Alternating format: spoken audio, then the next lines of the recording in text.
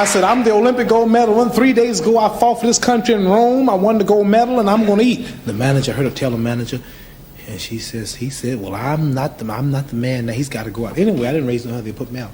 And I had to leave that restaurant in my hometown where I went to church and served in their Christianity and fought, and Daddy fought in all the wars. Just won the gold medal and couldn't eat downtown. I said, something's wrong. And from then on, I've been a Muslim. Je pense qu'il ne faut pas politiser le sport. Excusez-nous d'avoir quelque peu vilipendé sur des sujets qui ne nous regardent pas. Il y a toujours eu des relations très étroites entre le sport et la politique. De toute façon, c'est pas grave puisque les spectateurs ne nous regardent pas.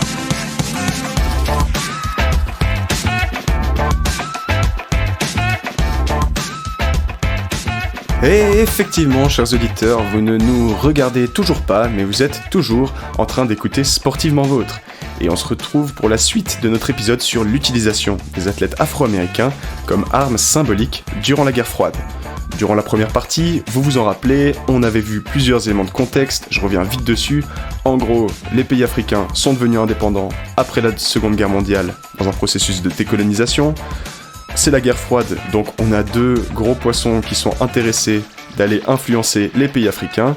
Puis il y a un des deux gros poissons, les États-Unis, qui sont un peu moins légitimes que les soviétiques, parce que eux, à l'intérieur de leur pays, ils traitent vachement mal les populations noires.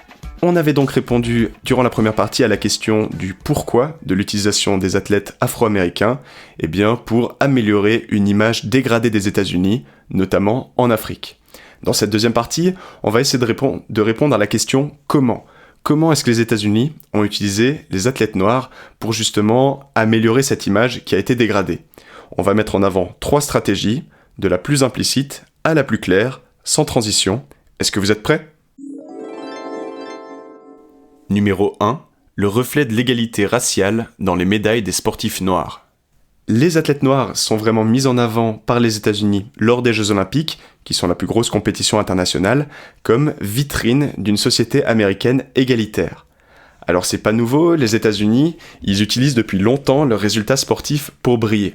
Dès les premiers Jeux Olympiques, c'est le cas, ils essayent de montrer la supériorité de leur système face au système de la Grande-Bretagne, qui est quand même, à la base, la puissance coloniale qui avait colonisé les États-Unis. Il faut aussi penser que les Américains ils sont assez isolés sportivement avec leur sport US qui sont les seuls à pratiquer, donc ils font rarement des rencontres internationales. Les JO c'est donc une très belle plateforme pour se confronter aux autres nations et montrer la supériorité de leur système. Les Jeux Olympiques vont donc être super mis en avant dans les médias avec des articles dithyrambiques, pleins d'émotions, etc. Et dans cette optique de performance aux Jeux Olympiques, il y en a de ceux qui performent plutôt bien, c'est les Noirs américains. Alors j'ai pas de statistiques officielles parce que les classements des médailles sont faits selon les nations et jamais selon la couleur de peau, mais selon ce que j'ai pu trouver sur certaines sources, environ 1/3 des médailles américaines aux Jeux Olympiques d'été sur l'histoire auraient été gagnées par des athlètes noirs. Le premier, c'est en 1904, George Poage, qui gagne à Saint-Louis la médaille de bronze à la course de haies. Pour les femmes, ça viendra beaucoup plus tard, en 1948, aux Jeux de Londres, avec Alice Coachman, qui gagne la médaille d'argent au saut en hauteur. Sinon, le cas le plus connu peut-être d'un athlète afro-américain et de ses performances aux Jeux Olympiques, c'est sûrement celui de Jesse Owens, qui a gagné 4 médailles d'or dans les disciplines de sprint et de saut aux Jeux Olympiques nazis de Berlin en 1936. Alors dans la presse américaine, il est érigé comme un véritable héros national. On met en avant un mythe que Hitler aurait quitté le stade de rage en voyant cet athlète noir américain gagner. Alors, je dis que c'est un mythe parce que c'est pas vraiment le cas en fait, c'est vraiment quelque chose d'inventé par la presse, justement pour contraster entre les Américains, défenseurs de la liberté et de l'égalité, face au nazisme, qui serait la privation de liberté et d'égalité. Alors ça, je dis pas que c'est pas le cas, mais vraiment on essaie de se mettre en opposition au nazisme en mettant en avant la figure de Jesse Owens, alors qu'à l'interne, dans le pays, Jesse Owens est considéré comme un noir comme les autres, qui dispose pas des mêmes droits que ses compatriotes blancs. Jesse Owens lui-même dénonce un peu cette vision tronquée. Il explique que Hitler ne l'a jamais snobé, contrairement au président américain Franklin Roosevelt, qu'il l'a snobé en ne lui envoyant même pas un télégramme, alors qu'il a quand même gagné 4 médailles d'or, le gars. Roosevelt ne le contacte pas, il ne le félicite pas. En fait, c'est que le président sortant est en campagne de réélection et il doit surtout séduire les États du Sud à ce moment-là. Du coup, il essaye de pas trop associer son image à celle d'un noir, parce qu'on sait, les États du Sud, c'est ceux dans lesquels il y a peut-être le racisme qui est le plus présent dans ces années-là. Donc voilà, Owens, il dénonce le président américain, mais il dénonce aussi le système américain. Dans une de ses prises de parole, il explique que quand il est rentré chez lui, il avait beau être décrit comme un héros dans les médias, comme une icône nationale, quand il est arrivé chez lui, en Alabama, il avait toujours pas le droit de s'asseoir à l'avant du bus, mais devait s'asseoir à l'arrière, comme les Afro-Américains à l'époque, durant la période ségrégationniste. Alors j'ai pas pu retrouver d'audio de Jesse Owens sur ce sujet, c'est un peu trop ancien malheureusement, mais on a un témoignage du boxeur Mohamed Ali, dont on va reparler un petit peu plus tard dans l'épisode, qui explique qu'il a vécu la même situation après les Jeux de Rome, dans une interview télévisée et avec son humour habituel. Won the Olympic gold medal in Rome, Italy. J'ai gagné la médaille d'or olympique à Rome, en Italie. Champion olympique, un Russe à ma droite, un Polonais à ma gauche. J'avais vaincu la menace communiste. Le drapeau monte. Moi, je me tiens fièrement debout. Je prends ma médaille, je rentre au pays et je me dis, je vais libérer mon peuple. Je suis le champion de toute la terre quand même. En tout cas, je peux aller manger en ville, même si c'est interdit. J'ai ma grosse médaille d'or. J'arrive au resto et je dis, je prends un café, quelques hot dogs, et la dame me dit, on ne sert pas les noirs. Je dis, mais je vais pas manger un noir, je veux juste des hot dogs.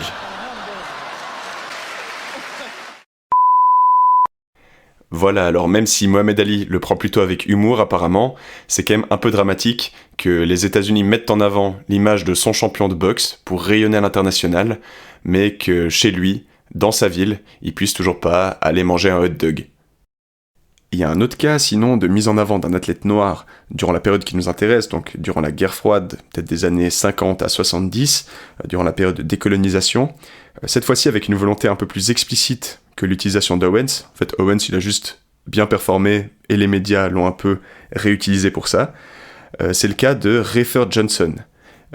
Johnson, c'est un décathlète du Texas, donc aussi un état du Sud ségrégationniste, qui détient le record du monde de la discipline dans les années 50. Du coup, il devient le porte-drapeau de la délégation américaine lors des Jeux Olympiques de Londres en 1960. Alors pourquoi lui ? Ok, il a fait le record du monde, c'est un bon argument. Ok aussi, il a fait le record du monde en dépassant l'un de ses grands rivals, parce que le record lui appartenait à lui, qui était un soviétique, Kuznetsov, ce qui est donc un bon argument durant la guerre froide. Mais c'est quand même bizarre que le visage des États-Unis, qui est encore un pays en partie ségrégationniste, ce soit un visage noir qui soit associé au drapeau américain aux 50 étoiles. La vraie raison, du coup, c'est que on est dans une période où la décolonisation est au centre des débats, et l'enjeu africain aussi. En mettant Rafer Johnson comme visage des États-Unis, comme porte-drapeau, on montre une belle image des États-Unis comme un pays égalitaire. Voilà, donc ces exemples de Jesse Owens et Rafer Johnson, ils montrent que les États-Unis essayent de montrer une image externe glorieuse via le sport et via les athlètes afro-américains pour masquer des réalités internes avec un racisme systémique qui sévit. Cependant, cette stratégie presque marketing, et si je peux dire, elle semble quand même insuffisante parce qu'elle est hyper implicite. C'est pas 2-3 médailles, c'est pas un porte-drapeau noir une fois aux Jeux Olympiques qui vont suffire à convaincre les pays africains du bien fondé du bloc occidental. Numéro 2, les athlètes noirs font du tourisme. Ce qui est assez particulier durant la guerre froide, c'est que cette diplomatie sportive, qui existe déjà depuis un moment avec cette idée de prestige par le sport, ça devient une réelle stratégie qui est utilisée par les gouvernements. C'est une stratégie qui marche plutôt bien parce que le sport dispose d'une forte puissance symbolique et du coup ça peut permettre de convaincre sur des questions géopolitiques.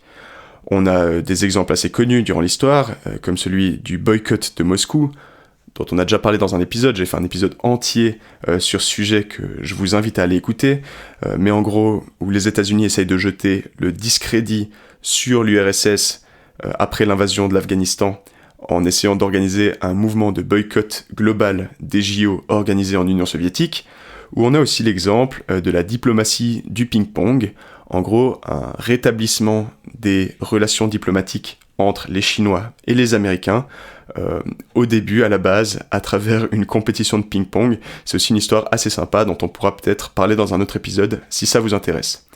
Concernant l'opération séduction des pays africains, par les États-Unis, on va aussi utiliser la diplomatie sportive à travers les Goodwill Tours, les tournées de bonne volonté des athlètes afro-américains. Le but de ces tournées, c'est d'aller montrer aux populations, directement au plus près de ces populations, en les rencontrant, d'aller montrer une image égalitaire des États-Unis pour essayer de mieux les convaincre. Alors les Goodwill Tours, ils sont financés et planifiés par l'État.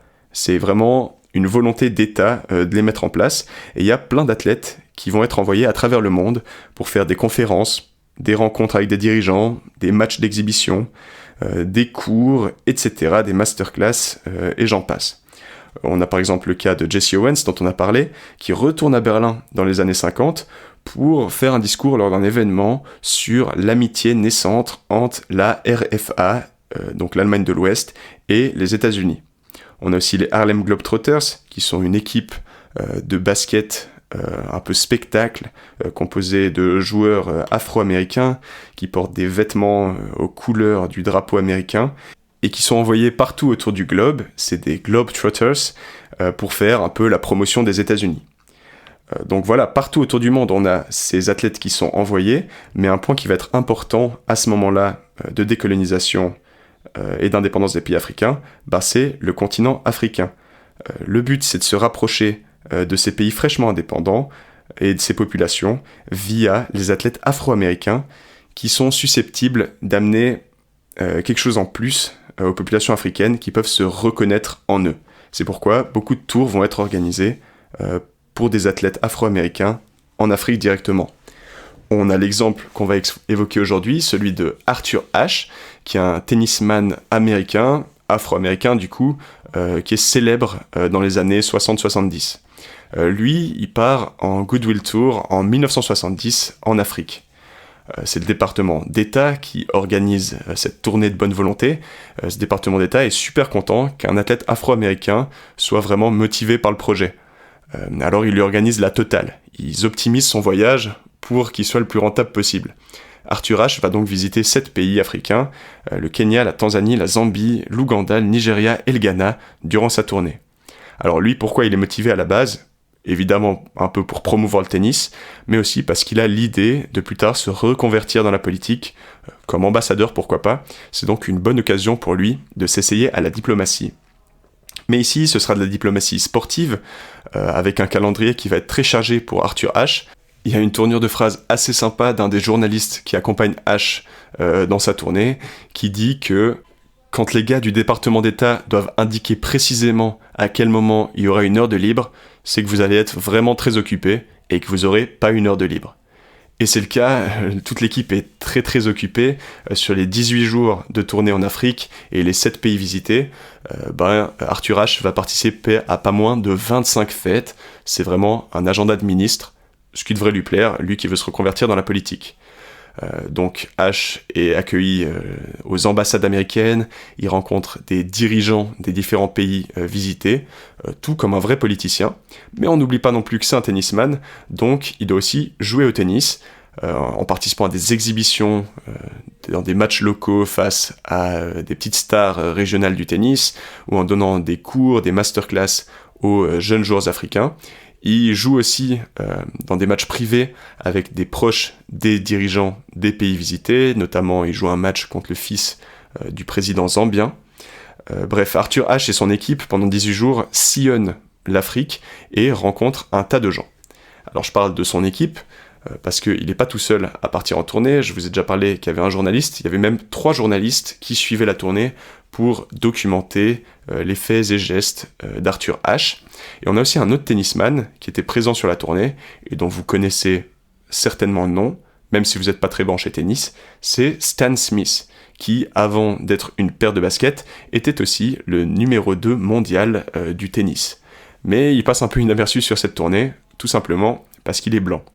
Smith passe inaperçu, selon un des journalistes, les médias locaux passeraient 10 minutes de temps à harceler Ash avec plein de questions de société, puis il se tourne ensuite vers Stan Smith pour lui poser une question. Alors, qu'est-ce que vous pensez du climat en Afrique ? Ça montre bien l'importance qu'on accorde au numéro 2 mondial, et puis on peut le comprendre un petit peu qu'il est moins la cote. C'est sûr que pour les médias africains, c'est peut-être plus intéressant d'avoir les réactions d'Arthur Ashe et de le mettre en avant, lui qui est noir et dans lequel la population peut se reconnaître, plutôt que Stan Smith. C'est aussi clairement pour ça que le gouvernement américain envoie des Afro-Américains, pour que les populations locales puissent se reconnaître en eux. Et c'est d'ailleurs semi-avoué par les États-Unis parce que dans les programmes officiels de la tournée qui étaient envoyés par le département d'État à l'équipe d'Arthur Ashe, c'était écrit « Programme Arthur Ashe » sans aucune mention jamais de Stan Smith. Aussi, on peut le voir régulièrement dans la tournée, Arthur est invité à dormir à l'ambassade américaine, tandis que ce bon vieux Stan va lui dormir dans un hôtel de la ville. Donc voilà, dans les faits, on a 2 joueurs de tennis qui sont envoyés en Afrique pour promouvoir le tennis, mais en fait, il y a surtout une volonté de propagande et de rapprocher les pays africains des États-Unis en montrant une figure afro-américaine qui a réussi en Amérique, dans lesquelles les populations africaines peuvent se projeter. On voit cette volonté de propagande d'ailleurs parce qu'en plus de l'équipe que je vous ai citée, on a 4 caméramens qui sont là pour filmer la tournée de bout en bout, puis faire un documentaire publicitaire. On peut voir réellement l'importance accordée à ce documentaire quand on sait que il a coûté 5 fois plus que la tournée en elle-même, soit $60,000 pour le documentaire à produire contre $12,000 pour la tournée. On voit aussi son importance et sa visée propagandaire avec certains plans qui sont effectués. Ash doit parfois jouer avec de jeunes Africains alors que c'est pas forcément prévu au programme, juste pour le documentaire. Ce documentaire sera ensuite offert au cinéma, aux écoles, aux communes africaines, pour que tout le monde puisse voir la belle image et la générosité des États-Unis. Tous les jeunes Africains qui n'ont pas pu venir voir Arthur Ashe, échanger quelques balles avec lui et recevoir un sweatshirt Team USA, doivent au moins pouvoir voir le film. Si ça c'est pas de la propagande, je sais pas vraiment ce que c'est.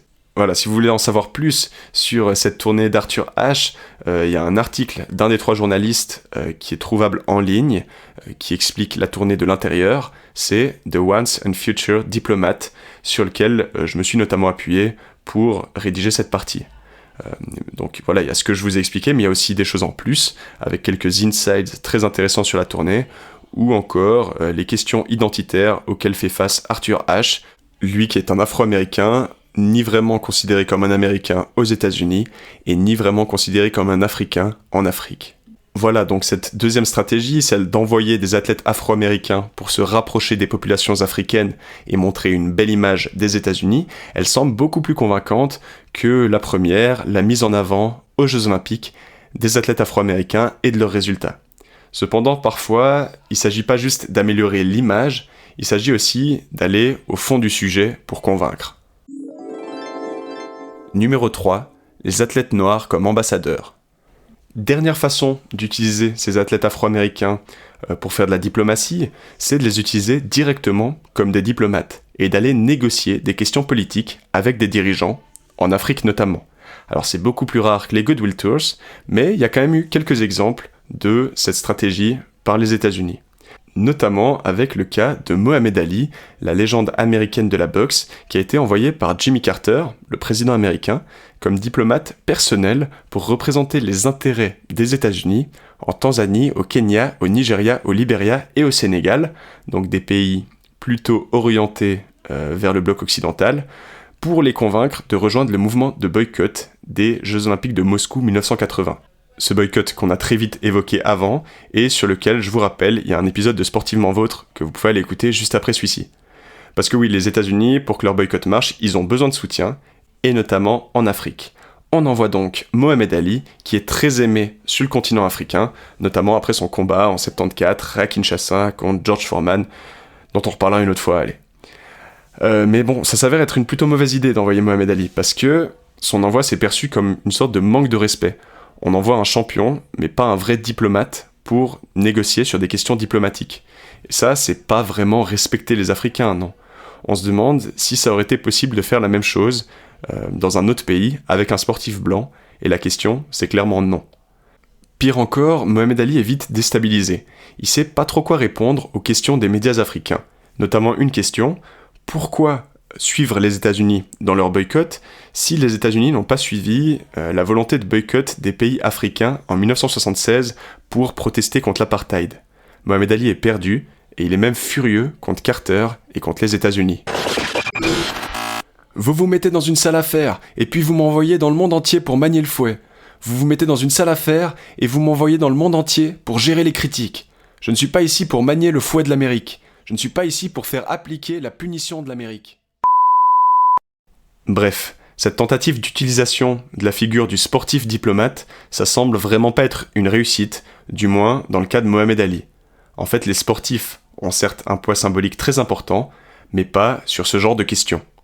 Voilà, donc on a vu 3 stratégies qui expliquent le comment de l'utilisation des athlètes afro-américains pour construire une image plus positive des États-Unis sur le continent africain, on le rappelle, un enjeu majeur durant la guerre froide.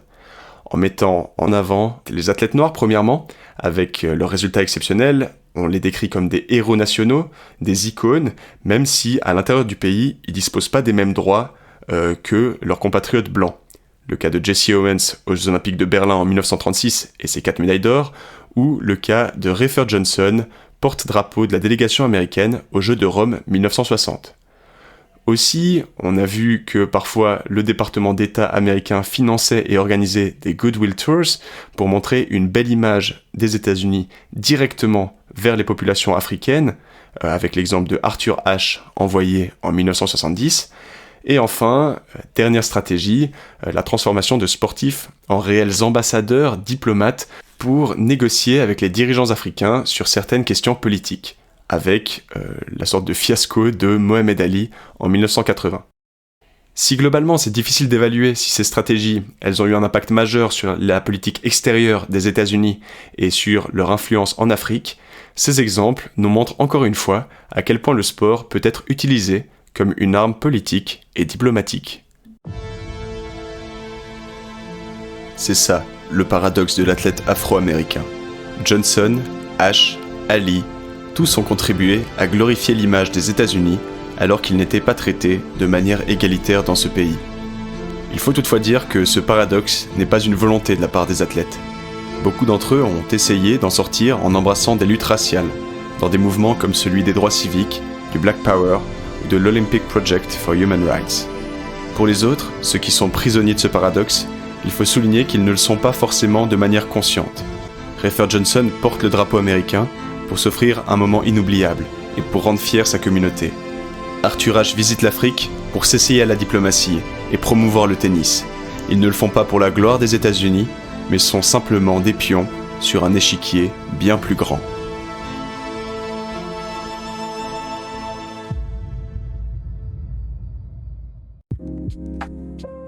Chers auditeurs, merci infiniment d'avoir écouté cet épisode de Sportivement Vôtre jusqu'à son terme. N'hésitez pas à me faire savoir si vous l'avez apprécié et à répondre aux questions que l'on s'est posées aujourd'hui. Que pensez-vous de toute cette histoire, de cette utilisation des athlètes afro-américains, de ce paradoxe, de la diplomatie sportive durant la guerre froide, etc. Ça m'intéresserait énormément de vous lire et de débattre avec vous. Pour soutenir la chaîne, n'hésitez pas à liker, commenter, à vous abonner sur Spotify, Instagram, YouTube et même TikTok désormais. Des exclusivités, des formats plus courts, des trucs sympas arrivent et sont déjà arrivés. Peu importe sur quelle plateforme, on se retrouve très vite. Sportivement Vôtre, ciao.